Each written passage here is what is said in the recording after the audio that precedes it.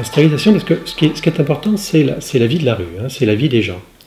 Et si on s'aperçoit que la vie des gens ou la vie de la rue, les petites choses qui se passent quelque part, si elles ne se passent plus, j'ai trouvé que ce terme était adéquat. C'est un peu comme dans un jardin, quand vous empêchez des choses de pousser, quand vous stérilisez un sol, ça ne pousse plus.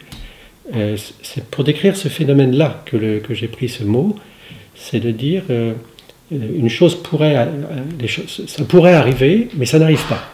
Quelque chose, ça n'arrive plus, les choses quotidiennes, à quoi est-ce dû? Il y a un processus, il y a quelque chose. Il ne faut pas croire que stérile, c'est uniquement les voitures et le bitume. Il peut y avoir des rues très très sympas avec du bitume et des voitures. Quelquefois, c'est les pelouses qui stérilisent.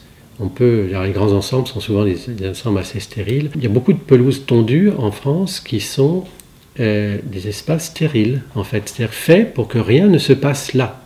C'est ça qui est stérile. Hein. Donc, c'est pas parce que c'est vert que c'est pas stérile. C'est presque plus pervers, peut-être, d'être vert et stérile, mais c'est pareil. Donc, une pelouse, regardez bien, c'est le rêve de ce qui ne se passe pas. C'est-à-dire, la pelouse est toujours tondue et personne ne peut y aller. Alors, en France, pour stériliser, on en fait des espaces tampons, comme on dit. C'est-à-dire qu'on met quelque chose qui fait qu'on ne peut pas être là. On peut pas.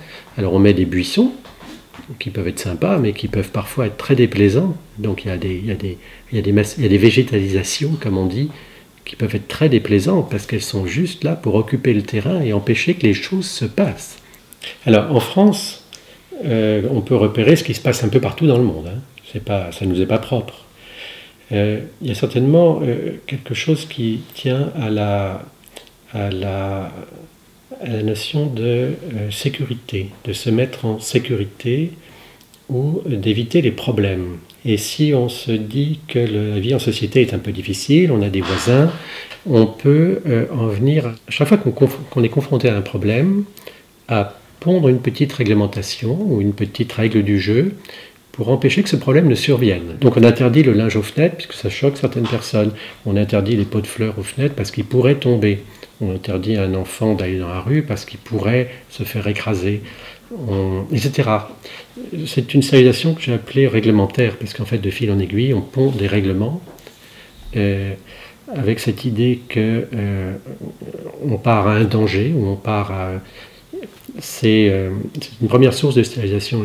Une autre source, c'est la voiture elle-même. Ça, c'est sûr, c'est peut-être pas la peine d'en parler longtemps, tout le monde peut constater un usage immodéré de la voiture fait que c'est les voitures qui accaparent un espace qui avant était partagé. C'est une stérilisation routière. Mais c'est la manière dont en France on utilise les voitures qui est en cause. Ce n'est pas les voitures elles-mêmes. C'est très intéressant de découvrir des villes où il y a presque autant de voitures, mais l'utilisation des voitures est différente. Là où on les gare, c'est différent. La manière dont on roule, c'est différent. Au quotidien, on ne va pas utiliser la voiture au même moment pour la même chose. Donc il ne faudrait pas dire la voiture, il faut dire le fait de considérer que l'espace, quand on sort de chez soi où il y a des voitures, c'est un espace routier. C'est un espace fait pour les voitures. Quand on est en ville, on n'est plus dans des routes, on est dans des rues. Et le simple fait de faire une confusion entre la route et la rue, de mettre une logique routière dans la rue, est destructrice de la rue. Puis le troisième point, c'est la sécurité des biens. On peut avoir peur chez soi d'être envahi par des gens, d'être cambriolé, d'avoir des agressions. Donc on peut se dire, il faut que je me barricade, il faut que je referme, il faut que je mette des écrans, il faut que je mette des clôtures.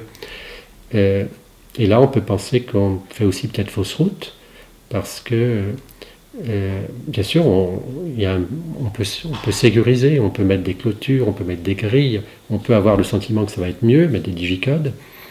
Mais en fait, on perd peut-être ce qui est la base de la sécurité mutuelle dans un quartier, qui est justement que chacun ait l'œil dehors, et une certaine présence dehors. C'est une stérilisation résidentielle de mettre les gens dans un enclos sécurisé, maintenant atteint des proportions un petit peu navrantes. Et il est temps de constater qu'elle nous mène dans le mur, si je peux dire là aussi, puisqu'elle contribue à faire vivre les gens dans des isolats dont ils ne pourront plus sortir qu'en voiture, et dans une ambiance qui n'est pas sécuritaire, qui n'est pas sûre.